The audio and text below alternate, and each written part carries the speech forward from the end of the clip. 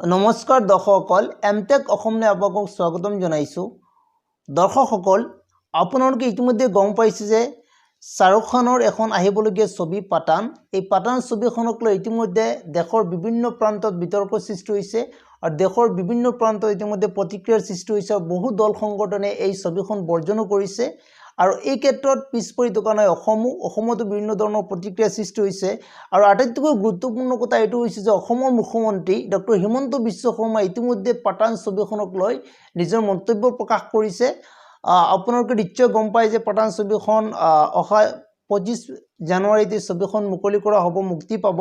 গতিকে অসমৰ মুখ্যমন্ত্ৰী ডক্টৰ হিমন্ত বিশ্ব শৰ্মা এই ছবিখনক লৈ মন্তব্য কৰিছে আৰু তেখেতে কৈছে যে শাহৰুখ খান কোন, শাহৰুখ খানক মুখ্যমন্ত্ৰী ডাঙৰীয়াই চিনি নাপায়। তেখেতে কি কৈছে তেখেতৰ মন্তব্যত গোটেই বিষয়টো কি আপোনালোকে ভিডিঅ'টো বিতংকৈ আপোনালোকে চালে সকলো কথা গম পাব। আৰু মুখ্যমন্ত্ৰী ডাঙৰীয়াৰ সেই বিশেষ মন্তব্যটি আমাৰ লগত আছে। আমি ইতিমধ্যে দেৰি নকৰাকৈ আপোনালোকক মুখ্যমন্ত্ৰী ডাঙৰীয়াৰ সেই বিশেষ মন্তব্যটি মই আপোনালোকক শুনাই দিছোঁ। চাহক দৰ্শকসকল আমি মুখ্যমন্ত্ৰী ডাঙৰীয়াৰ সেই বিশেষ মন্তব্যটি শুনি লওঁ।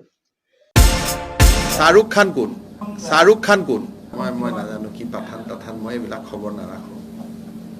ক'ৰ পাঠানৰ ইমান ভাঙিলে তেওঁলোকে পুলিচক কেছ দিব, আমি একশ্যন ল'ম। ক'ৰ পাঠান কি ওলাই এইবিলাক মই শুনাও নাই, দেখাও নাই, মোৰ সময়ো নাই এইবিলাক। যদি কোনোবাই থানাই কোনোবাই যদি কিবা কৰিছে কেছ দিলে আমি লগে লগে একশ্যন ল'ম বা পুলিচে হয়তো একশ্যন লৈছেও। কিন্তু ক'ত ইমান সমস্যাৰ মাজত পাঠানৰ চিন্তা কি বস্তুটো কি এইটো?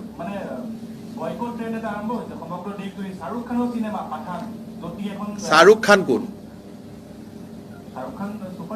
আমি কিয় চিন্তা কৰোঁ? আমাৰ ইয়াত কত শাহৰুখ খান আছে, হয় নহয়? ডক্টৰ বেজবৰুৱা ওলাব, আমি তাৰে চিন্তা কৰোঁ। প্ৰাগ টিভি সঞ্জীৱ নাৰায়ণে 2 এদিনতে ডক্টৰ বেজবৰুৱা ৰিলিজ দিব। গতিকে সকলোৰ চিন্তা হ'ব লাগে যে আমি ডক্টৰ বেজবৰুৱাখন চাব লাগে। মই নাজানো এইবিলাক, মইতো নাজানো এইবিলাক চাব।